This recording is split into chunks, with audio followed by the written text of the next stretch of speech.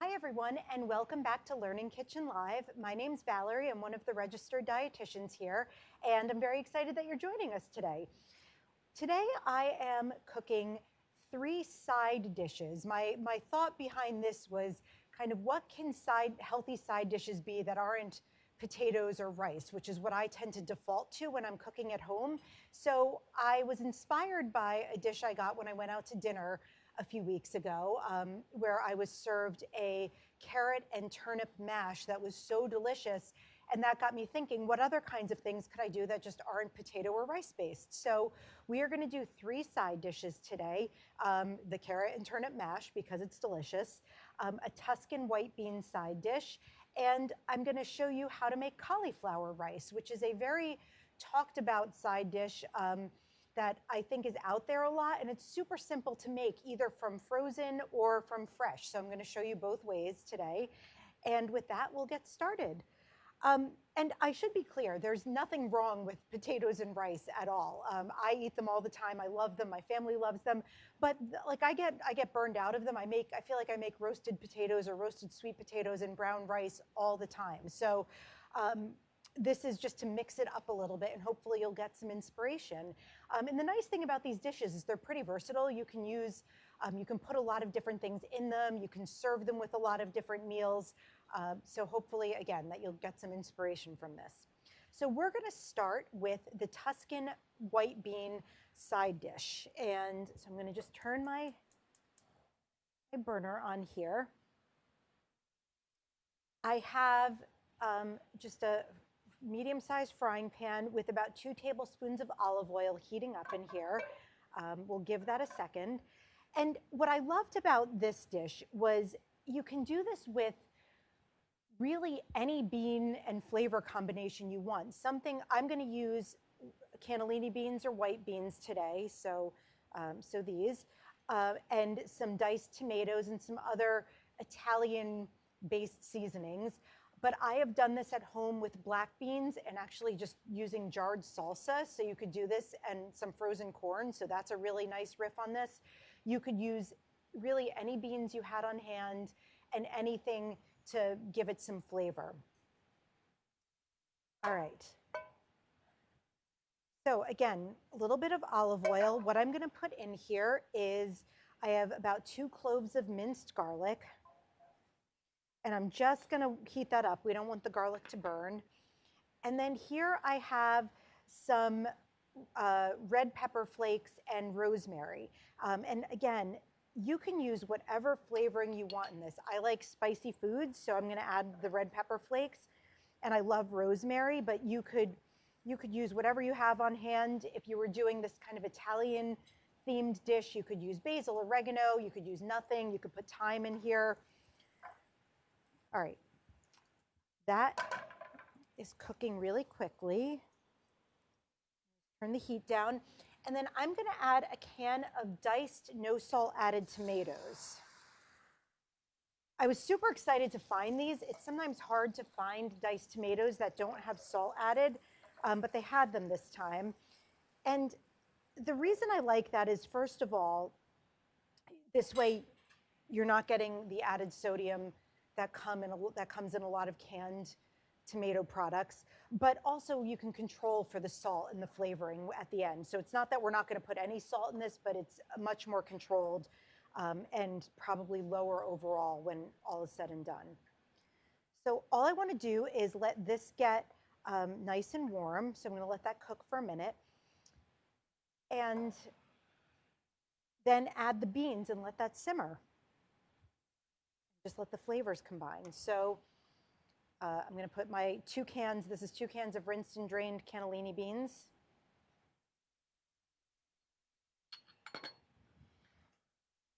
We're just going to let this simmer for a couple of minutes until it gets nice and heated through. And then there's one final step we'll do.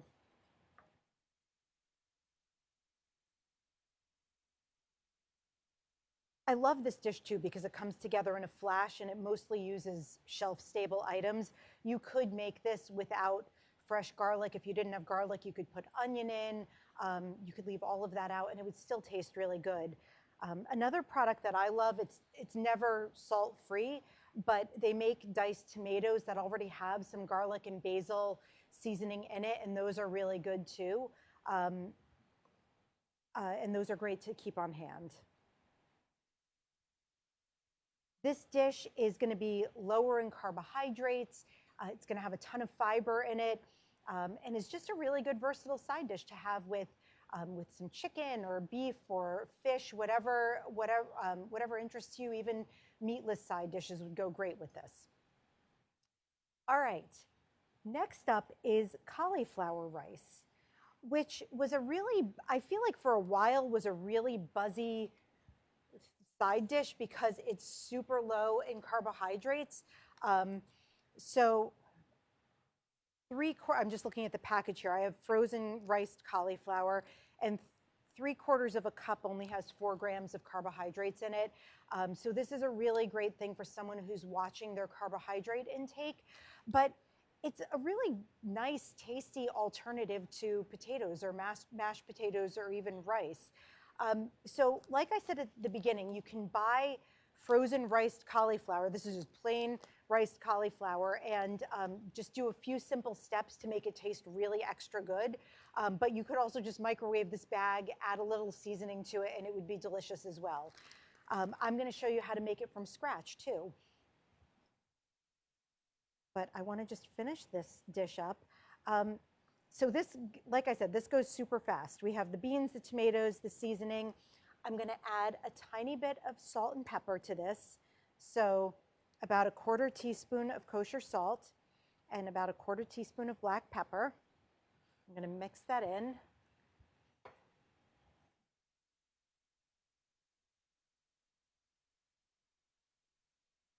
I'm going to turn the heat off.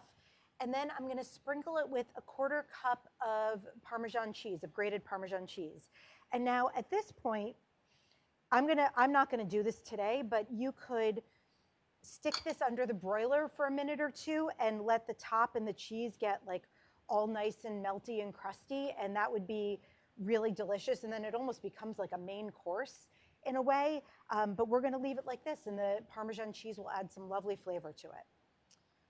So I'm going to move that out of the way.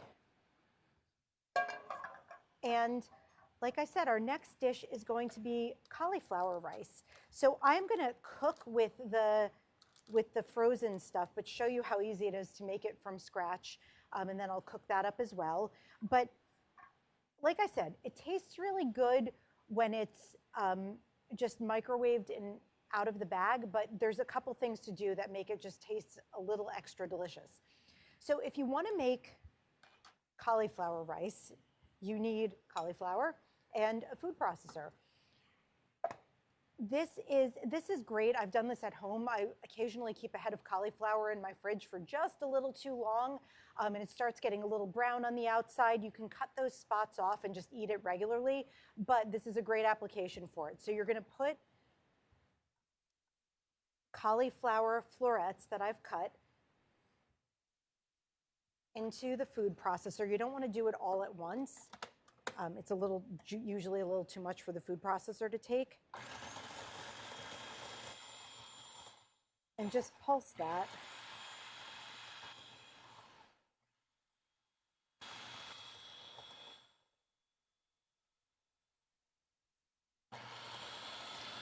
Sometimes it takes a minute for all of the cauliflower to get riced, but that's it. Super simple, and you have cauliflower rice. And the thing that's really nice about this is you don't have to cook this beforehand. Everything's literally going to cook in the pan. So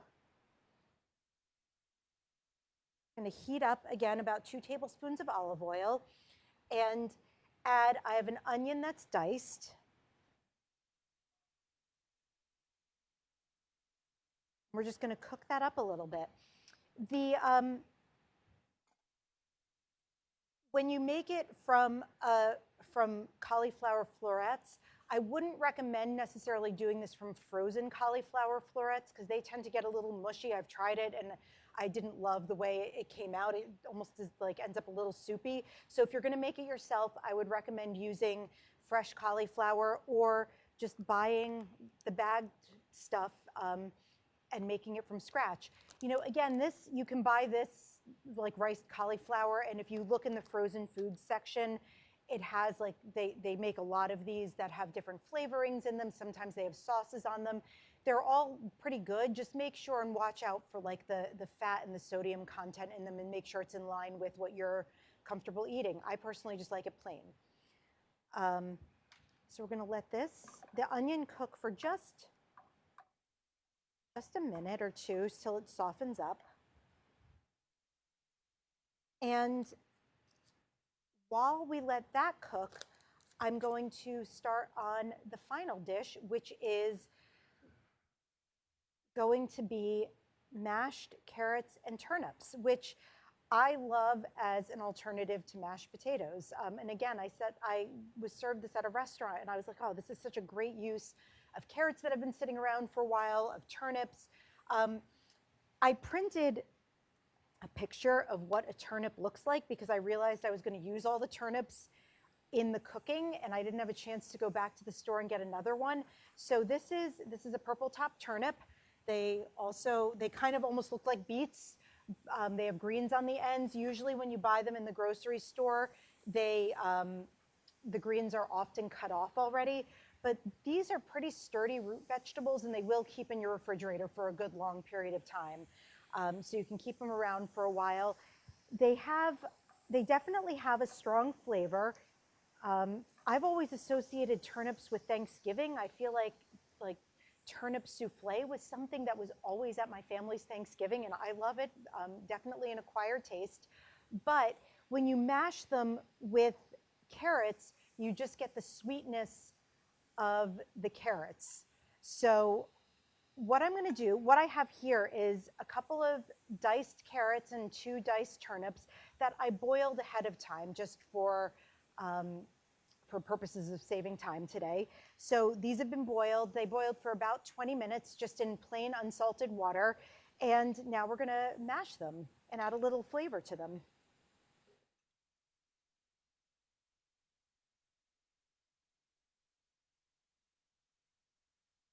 So what I'm going to add to these is some butter, and I'm using real butter. You could use vegan butter if you want. You could add no butter. You could use just a little bit of milk or non-dairy milk. Hopefully these are warm enough still that they will melt the butter, but I'm going to stir that in. It was probably about 4 tablespoons, maybe a little more. If the butter doesn't melt, I will microwave it for a minute. But all you want to do is add some butter for flavoring or some alternative. I'm going to put in just a pinch of salt. And then I'm going to mash it, but I first want to give my onions a little bit of attention.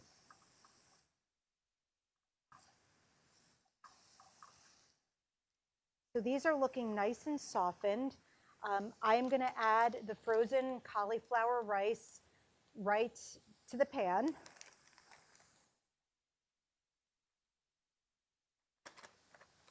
No need to even defrost it. It can go in frozen.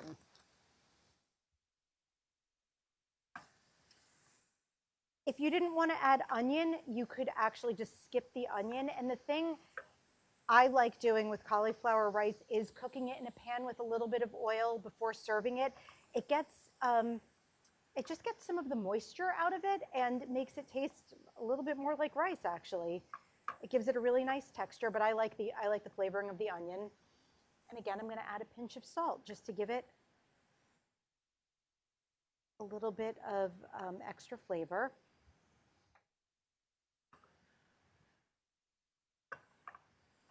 I'm just going to let that cook up till it gets a little bit golden brown. And in the meantime, I am going to finish this. I'm going to microwave this for a minute just to get the butter to melt.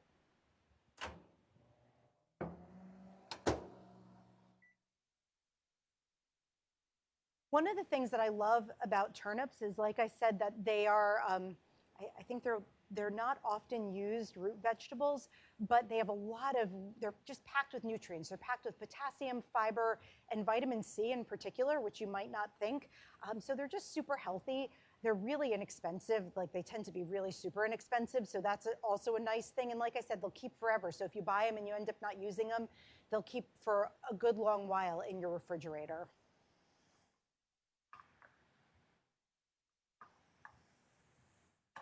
All right, this is almost done. And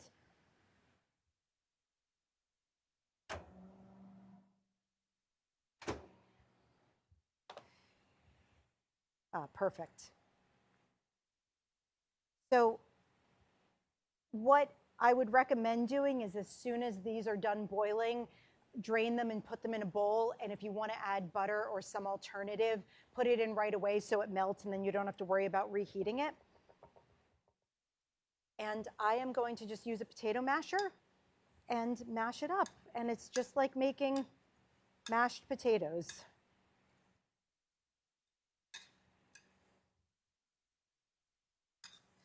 And it's just this beautiful, it'll end up being this beautiful orange color. If you don't want to do it by hand, you could also put this in a blender or a food processor and it'll make it go a little bit quicker. And that's it. 3 side dishes, all super easy, super healthy, and hopefully have inspired you to try something other than potatoes or rice as a side with your meals. So that's it. Thank you so much for joining us for Learning Kitchen Live, and we'll see you back here next week.